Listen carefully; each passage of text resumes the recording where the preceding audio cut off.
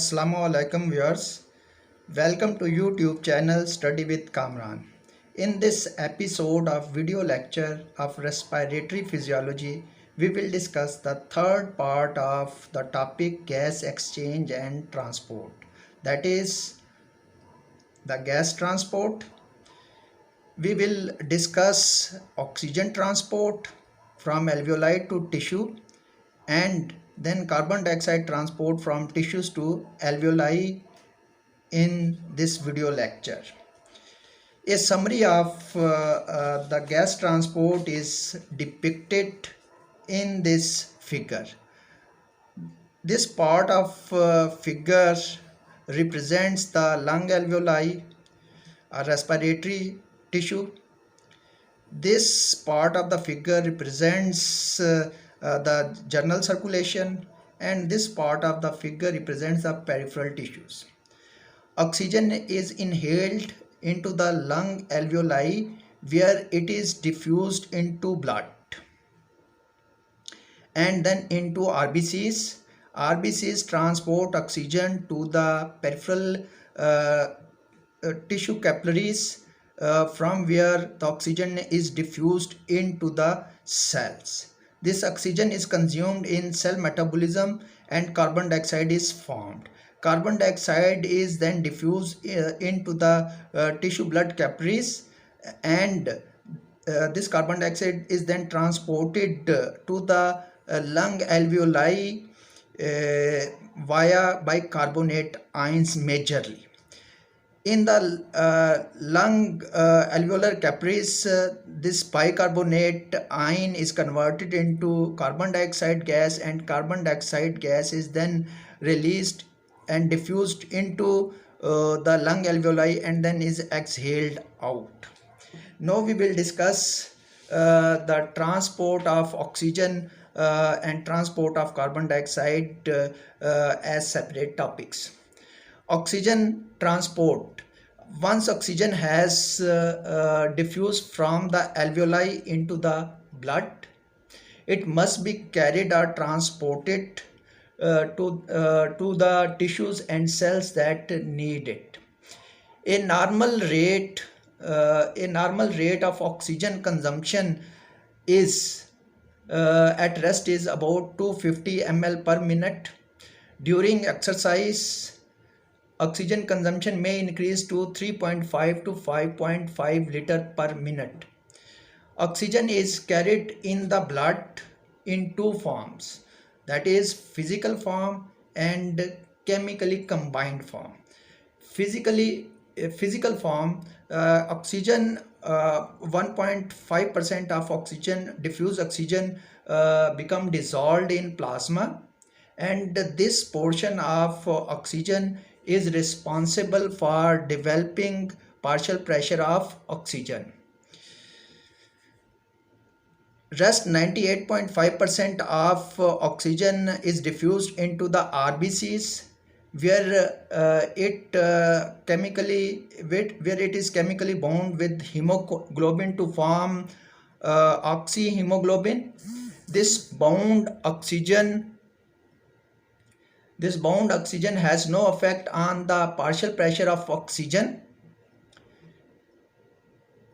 Rather, it determines oxygen contents of the blood. Oxygen is poorly soluble in plasma. At a partial pressure of oxygen is equal to 100 millimeter of mercury, only 3 ml of oxygen is dissolved in 1 liter of blood, and so 15 ml of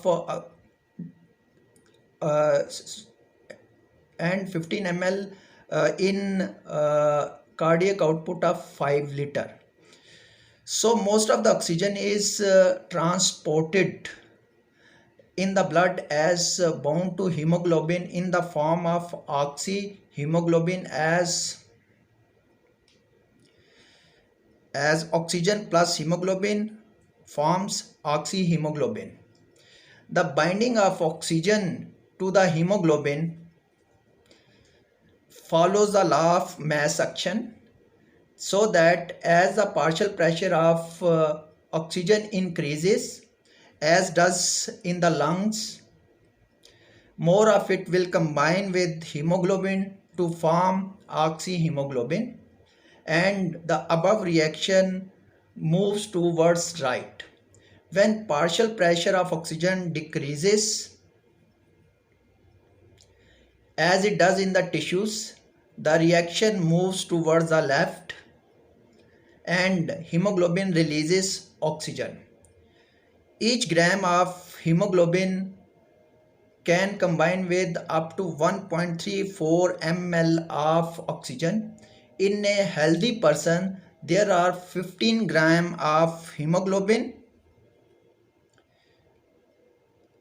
per 100 ml of blood. Therefore, the oxygen of blood that is transported through hemoglobin is 20.1 ml per 100 ml of the blood. The behavior of oxygen to associate and or to dissociate from oxyhemoglobin as a function of partial pressure of oxygen can best be described as oxyhemoglobin dissociation curve. Oxyhemoglobin dissociation curve. The binding of oxygen to hemoglobin occurs at specific binding sites. If all binding sites of all hemoglobin molecule are occupied by oxygen molecule, the blood is 100% oxygenated or saturated with oxygen. If half the available binding sites carry oxygen, the hemoglobin is 50% saturated or so on. The partial pressure of oxygen of blood is the major factor determining the percentage of hemoglobin saturation. The relationship between these two variables is illustrated graphically by the oxyhemoglobin dissociation curve, which is sigmoid shaped curve. This curve shows that hemoglobin is almost completely saturated when partial pressure of oxygen is PO2 is 80 millimeter of mercury or above. At lower partial pressure, the hemoglobin releases oxygen. A number of factors such as pH, temperature, carbon dioxide gas, and fetal hemoglobin affect the dissociation of oxygen from hemoglobin and its delivery to the tissues. A shift of the curve. A shift of the curve to the left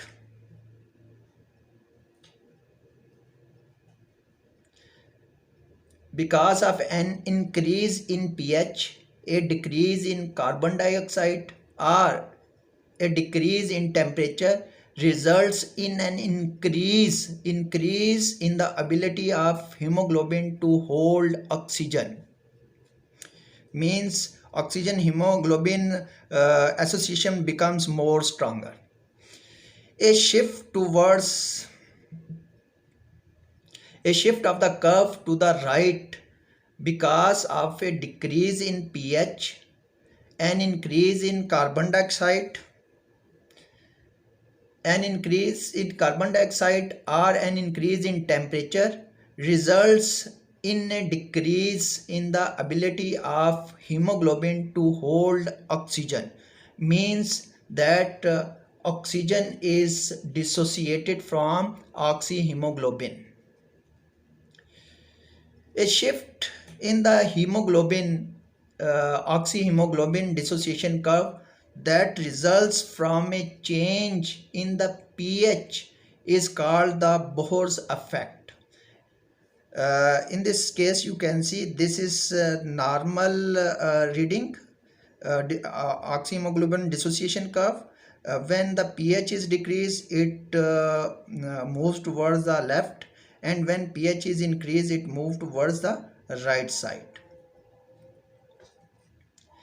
Increasing temperature also shift hemoglobin dissociation curve to the right, as you can see from here. This is the normal curve at 38 degrees centigrade.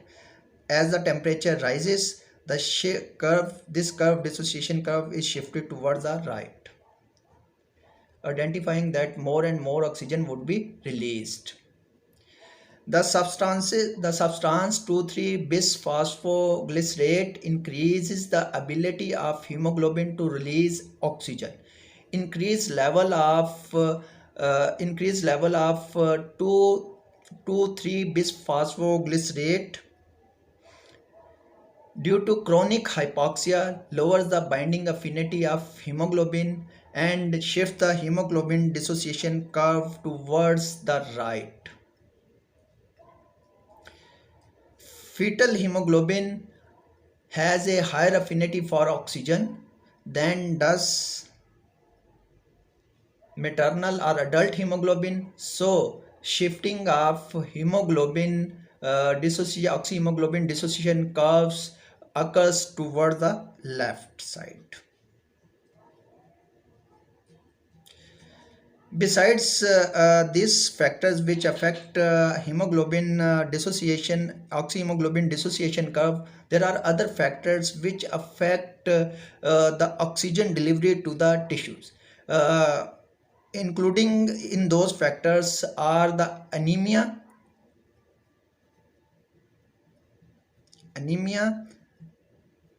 and then carbon monoxide. Anemia decreases oxygen contents of the blood.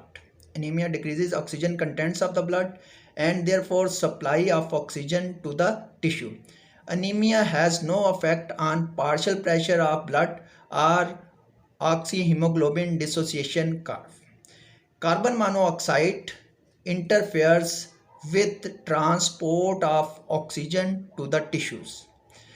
It has a much greater affinity, that is 240 times greater, for hemoglobin than does oxygen.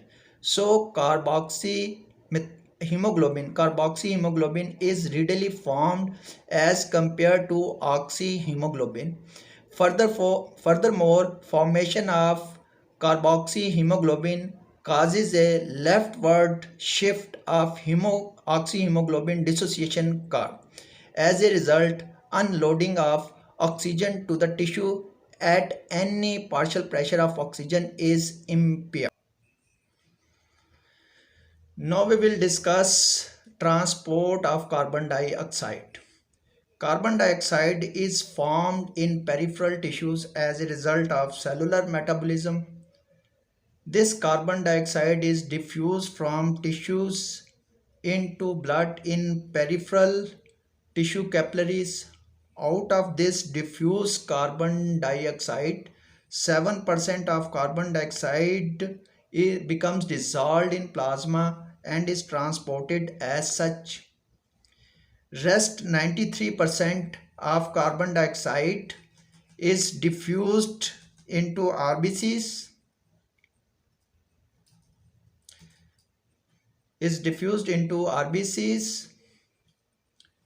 out of which 23% is bound to hemoglobin as carbaminohemoglobin.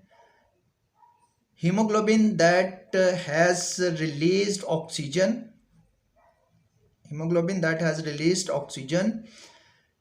binds more readily to carbon dioxide than hemoglobin that has oxygen bound to it. This effect is called Haldane effect. The remaining 70% fraction of carbon dioxide in RBCs in tissue capillaries combines with water to form carbonic acid with the help of carbonic anhydrase enzyme. Carbonic acid dissociates to form bicarbonate ion and hydrogen ion. These bicarbonate ions are then exchanged with chloride ion from the plasma. This exchange is called chloride shift.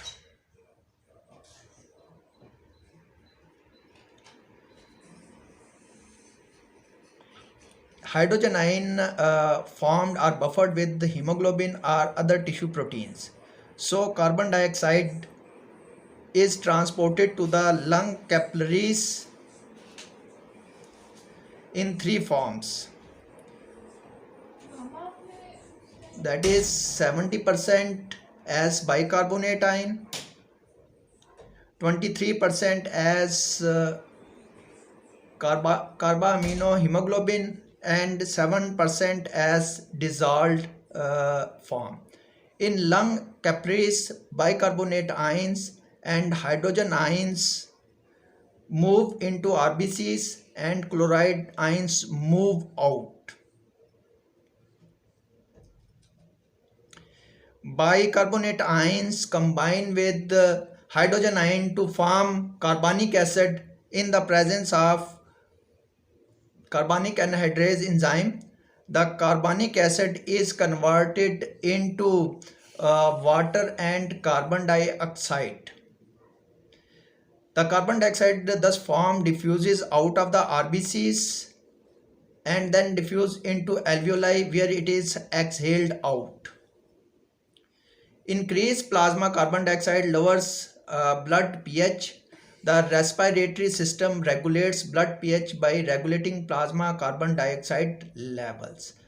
Inshallah, in the next video lecture, we will discuss the regulation of respiration. Thank you. Allah Hafiz.